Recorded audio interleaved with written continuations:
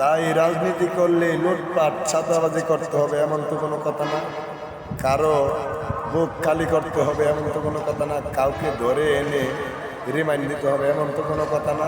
এমন রাজনীতি কারা করে? এই দোসররাই করে। এই আওয়ামী লীগের দোসরের লাগান দিয়ে আবারও আমাদের বিএনপি দলের কোনো নেতা কর্মী এরকম অত্যাচার নিপীড়ন করে, তাহলে কি জনগণ তাদেরকে ভালোবাসবে? ভালোবাসবে না। তাই বলছি সকলের উদ্দেশ্যে আপনারা ভালোভাবে সবার লোকে আচরণ বিধি লঙ্ঘন করুন, এটা আমাদের তারেক জিয়ার নির্দেশ।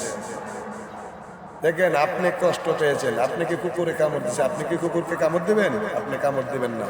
আপনি তাকে পাইলিয়া পুষিয়া ওদেরকে ধরে রাখুন, কারণ আপনাকে তো ভয় পেয়ে ওরা পালিয়ে গেছে, কিন্তু আপনাকে সম্মান দিতেছে, আপনি এই সম্মানটা রাখতে চেষ্টা করুন।